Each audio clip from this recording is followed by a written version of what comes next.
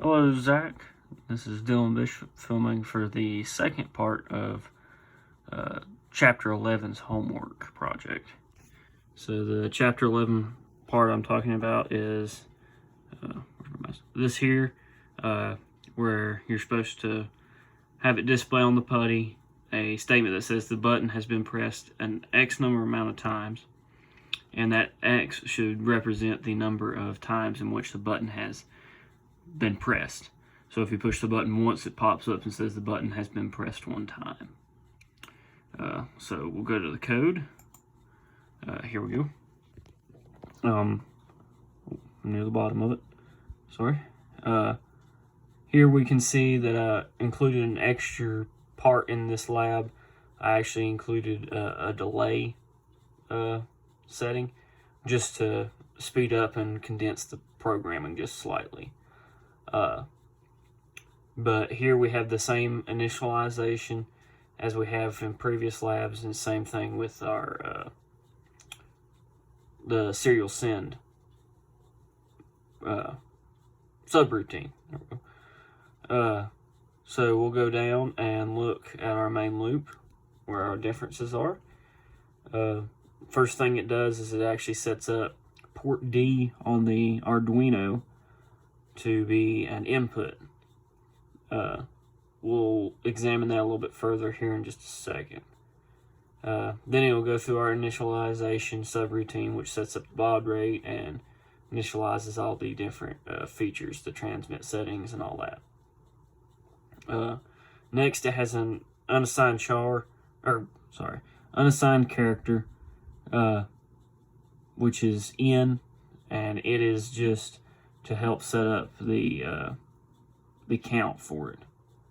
So if you push, or it's hex 30, and it's basically to set up 1 in the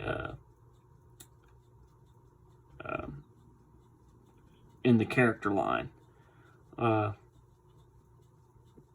Please excuse me on some of this. It has been about a week or so since I've done this lab, so I may get one or two things wrong with that because it was a slight confusion. I do remember I had to change this a few times just to get it right. But we'll go down here and look at it. So we go into our actual loop. First thing in that loop is an if statement, which is wait until the push button is pressed, basically, which is port D, pin 5. And it actually has pin D because it is an input, so we have to look at the pin register, not the port register. So here we have several characters defined. So we have a string, which is 28 characters long, and it is the button has been pressed with a space at the end. Our string length, which is 28, and then an I character, which is set to 0. And then basically the same thing again, but a second set. And it's basically the next line. So we have a space and then times with a period. And it's 7 characters long, and an I2 0. And then we have here an N, which is being incremented every time the push button. So this loop here won't actually execute until the push button is pressed. And that's what that is doing there. It's looking for the push button to go high. When the push button goes high, it will look for the pin to go high. When it goes high, it will execute this section of the code. When that occurs, it will increment the number. So right now it is set at 0 in the code. When it goes through, it will increment the number in the which is basically the number of times it's been pushed. So this here, if we don't have it on a rising edge though, it will when you push the button, it will count multiple times basically. So if you push the button and it will, before you can let off the button, it may I may actually be talking about a separate lab, to be honest with you. I believe I am. I think I'm talking about one of the interrupt labs in my head. But even if it's not, if you push the button and hold it, it will actually increment on that other lab. That is my bad. That is a different lab. On this one, it is not a rising edge. It just looks for the pin 5 port D to go high. When that occurs, it goes through the code. The code has this delay at the end, which helps prevent that as well. We'll talk about that in a second. So then we go into our while loop, which does similar to in previous labs. It actually executes the same thing as in previous labs, but it'll go in and look to see how many characters are left, and then it will send the characters out of the line in the serial send routine, subroutine. And it'll continue this until all the characters, all 28 of them, have been executed. When this reaches 0 or 28, it will move on to the next line, which is a send of just N. So N here is being incremented. That's where this part up here comes into play. If I can find it. Oh, yes, here, N. So yes, I remember, sorry. This is actually the ASCII code for the serial.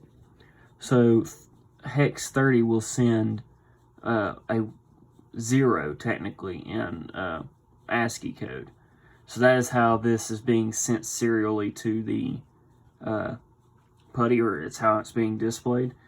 So in order to send a number, we cannot just send a number straight from the code. We have to convert it mathematically into the ASCII code, and then it will display it.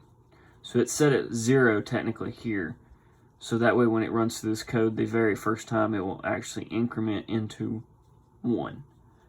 And so when we push the button, it will display that it has that the push button has been pressed 1 time. So we'll go down through here and look, and so it'll display that, and then it goes into another while loop, which does the same thing as the previous one, except with this line here, the 7-character line, which is times. So basically it'll send the push button has been pressed, space, then it will display the number that has been incremented, which will be 1 in the first time, and then it will come down and put space times period. So it will basically say the button has been pressed 1 time. Once it has completed that, it will go down into this delay, which this delay assists in the push button being held down and the delay it takes for your finger to come off of it, so that it doesn't send that same code several times. Then it will return to the top up here at this beginning of this while loop. It's kind of a glare on the screen. So that's the whole code here. Where the actual push button and all that is wired up, we have here. We have our serial cable coming into the Arduino. So then here on the Arduino, we have a power cable here, this red one, which comes from our 5 volts over to a push button. It will go through the push button and through this resistor here, which is grounded. That this ground wire here basically just holds the keeps it at a low state so that we don't have weird fluctuations based off of atmospheric interference and other things. On that same rung, though, we have a wire that goes over here to pin 5 of port D, which is our input for the push button. So when we push this push button, and we can actually have the code uploaded currently, but we can see the transmit button actually light up when I push this button. So it's actually transmitting the data, and now it's complete. And so to keep it from doing that, of getting atmospheric things and actually thinking the push button has been pressed and not, that's where this resistor and ground wire come into play. Because sometimes you can actually get residual current off of it if it's not careful. So we'll look at our putty. I'll actually reset this device so that it will show us 1 to start with instead of more than 1. We'll go over to our putty. Where's it? Here we have the same thing as previously, COM 3 with a 9600 baud rate, and we'll open it up. It'll come up, and for some reason there's a T being displayed. That's unusual. When we push the push button, though, we'll get the button has been pressed 1 time. And as we can see, if I can get it in 1 frame, try and get it. When I push it, we see a second line appear. That line is the button has been pressed 2 times. And it'll continue that as many times as we need. 3, 4, 5, 6. And it'll continuously do that. If we reset it, which I just did, I can push the button again. Well, I have to reset the putty, my bad. But it will continuously push, or it'll continuously upload that on the putty screen here, which is where the serial display is being displayed. Thank you.